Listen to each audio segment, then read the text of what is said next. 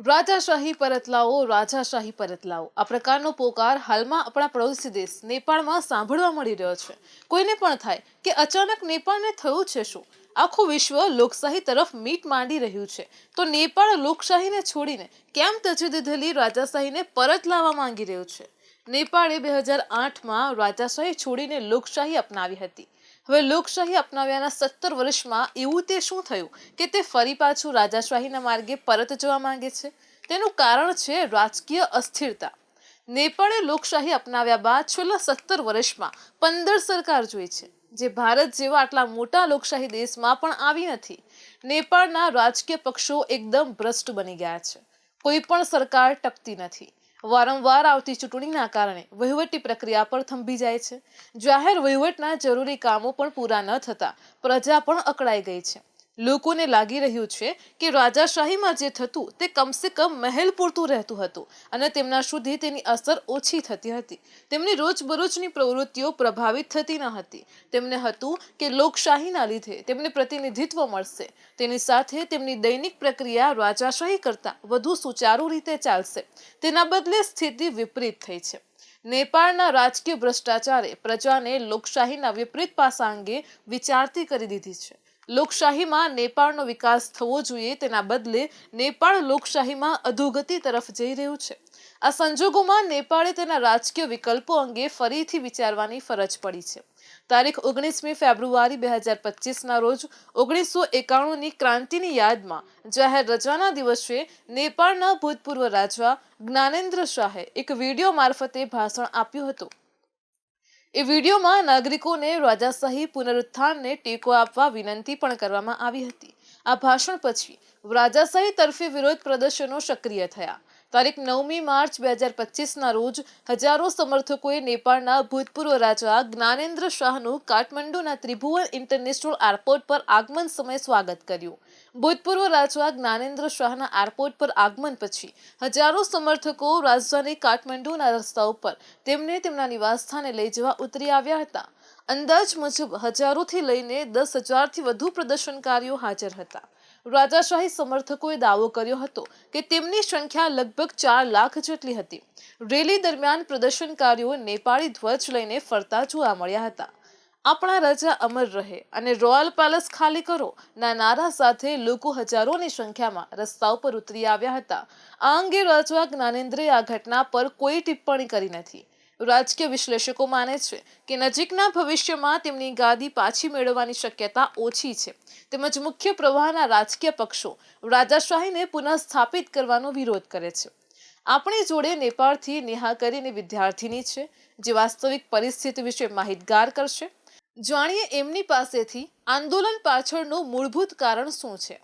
जो मुकाम में हम विकास को एक्सपेक्ट कर रहे थे, डेवलपमेंट को एक्सपेक्ट कर रहे थे, अभी तक नहीं हुआ है और राजनीतिक अस्थिरता बहुत ज़्यादा है, भ्रष्टाचार भी बहुत ज़्यादा है.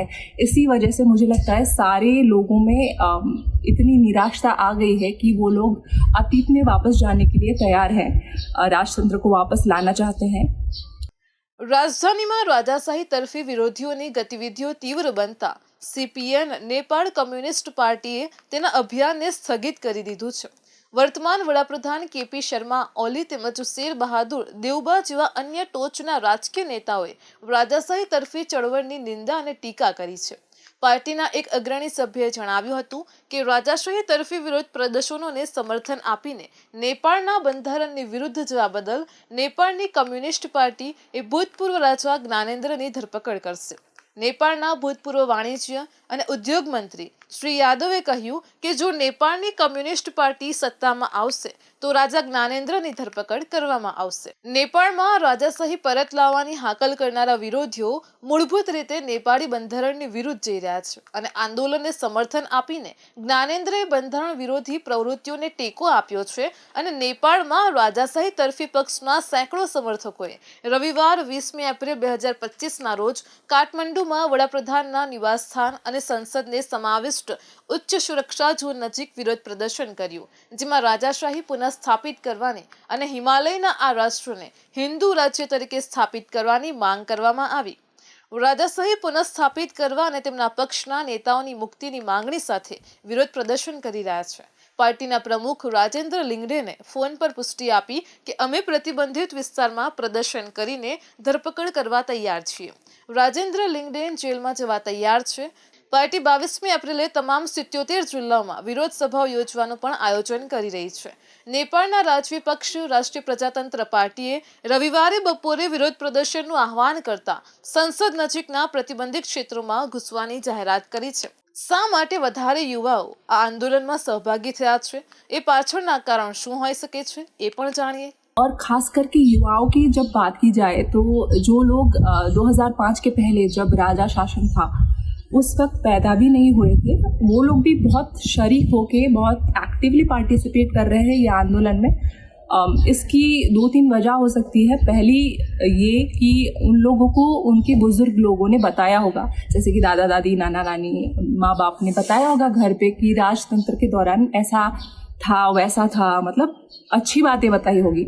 और दूसरा ये कि सोशल मीडिया का भी बहुत बड़ा हाथ है मुझे लगता है, क्योंकि टिकटॉक यहाँ पे बहुत फेमस है और जो भी राजतंत्र के सपोर्ट में रीलें बनती हैं इंस्टाग्राम में, टिकटॉक में वीडियोस बनती है, वो बहुत ज़्यादा वायरल हो जाती हैं. और युवा इस हिसाब से भी बहुत निराश हैं क्योंकि ब्रेन ड्रेन बहुत ज़्यादा है नेपाल में लोकतंत्र के आने के बाद.